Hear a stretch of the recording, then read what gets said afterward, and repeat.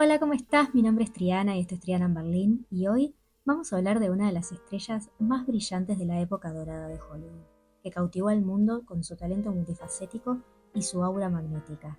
Hoy te cuento la historia de Marlene Dietrich.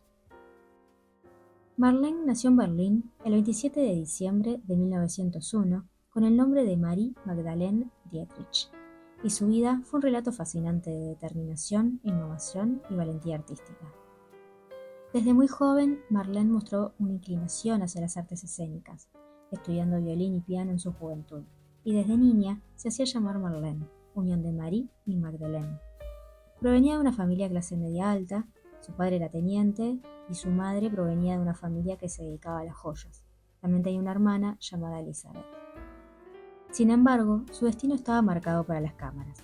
Aunque como todo camino de artista, al principio tuvo sus rechazos, intentó ingresar a la escuela de interpretación de Max Reinhardt, pero fue rechazada, aunque obtuvo algunos papeles en obras que el mismo Reinhardt gestionaba, y también actuaba como corista. Hay que tener en cuenta el contexto en el cual Marlene vivió su juventud, en un periodo de efervescencia en Europa. Esos años de entreguerras llevaron a una explosión cultural y de libertad, y Berlín no solo no era la excepción, sino que era la vanguardia. El auge de los clubes nocturnos, el cabaret y el transvestismo como expresión artística marcaron a una joven Marlene. A los 17 años, comenzó a trabajar como actriz de teatro en Berlín y eventualmente hizo su transición al cine en la maravillosa era del cine mudo. Tuvo una rápida aparición en la película Pequeño Napoleón en 1923 y una participación en la película Tragedia de Amor en el mismo año. Pero su gran oportunidad llegó en 1930 con El Ángel Azul, dirigida por Joseph von Sternberg, donde interpretó a Lola Lola, una seductora cantante de cabaret que provocó sus revuelos. El personaje de Dietrich es una mujer desinhibida, seductora y naturalmente dueña de su sexualidad, lo que para la época del cine de Hollywood era todo un atrevimiento.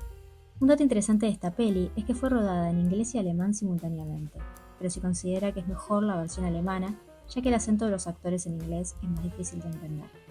Pero esta peli catapultó a Dietrich a la fama internacional y estableció su imagen como un icono del cine. Su colaboración con Sternberg continuó con películas como Morocco en 1930 y Shanghai Express en 1932, que consolidaron su estatus como una de las actrices más influyentes de la época y una verdadera diva. Sin dudas, lo que diferenciaba a Dietrich de sus colegas era su actitud desafiante hacia las normas de género. Desafiando las expectativas de la feminidad, adoptó la pieza masculina por excelencia, el smoking, que hasta el día de hoy sigue reencarnando en tendencia. Aunque esta elección también se la tenemos que agradecer al diseñador de vestuario de Morocco, Travis Banton, que fue el que la vistió con un smoking oscuro y un sombrero de copa por primera vez. Marlene desafiaba abiertamente las convenciones sociales de la época. Su estilo era andrógino y su actitud sin disculpas inspiraron a generaciones de mujeres a desafiar las expectativas de género y abrazar su propia individualidad. Aunque no nos olvidemos que Hollywood seguía siendo conservador y bastante hipócrita. Paramount utilizó esta imagen de Dietrich andrógina, queer, para publicidad propia. De hecho, su imagen de smoking era publicitada con el mensaje «La mujer que todas las mujeres quieren ver», mientras muchas otras actrices contemporáneas a Marlene eran presionadas a esconder su sexualidad. Durante la Segunda Guerra Mundial, Dietrich demostró su coraje y compromiso con sus convicciones al rechazar la oferta de Adolf Hitler de regresar a Alemania y convertirse en un símbolo del régimen nazi. En cambio, se convirtió en ciudadana estadounidense y se dedicó a apoyar a las tropas aliadas, realizando giras y actuaciones en el frente. De hecho, esto llevó a una ruptura familiar, particularmente con su hermana Elizabeth, que tenía relación con militares nazis, simpatizantes del régimen, y llegó a gestionar un cine para militares y funcionarios del campo de concentración de Bergen-Belsen. Al enterarse de su posicionamiento, Marlene decidió cortar la relación. Su participación en la guerra, tanto en el escenario como fuera de él, la convirtió en un ícono de resistencia y libertad. Después de la guerra, Dietrich continuó con su carrera en el cine y el entretenimiento, explorando nuevos géneros y desafiando las expectativas del público. También incursionó en la música, cautivando a las audiencias con su voz profunda y sensual.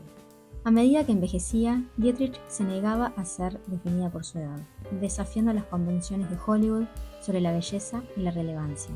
Continuó actuando en el escenario y en la pantalla hasta bien entrada su madurez. demostrando que el talento y la pasión no conocen límites de edad.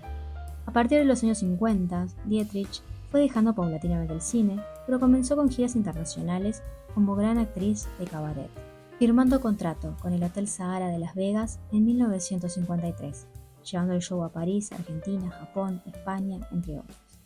En 1979, tras 15 años de inactividad en el cine, Marlene hace una breve aparición en Gigolo, protagonizada por David Bowie.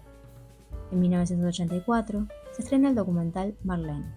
Dietrich ya estaba retirada y viviendo en París, donde se la veía poco por la calle. Pero el documental participó solo con su voz, no quería mostrar su imagen, que más allá de su edad se dice que no tenía movilidad, y según ella no quería empañar la imagen de la Marlene que todos conocían. Lo cierto es que Marlene Dietrich dejó una marca indeleble en el mundo del cine, la moda, con su estilo único y revolucionario, y su influencia trascendió décadas y continúa inspirando a las nuevas generaciones que descubren a esta mujer que rompió barreras culturales y se convirtió en un faro de esperanza y libertad en tiempos de oscuridad.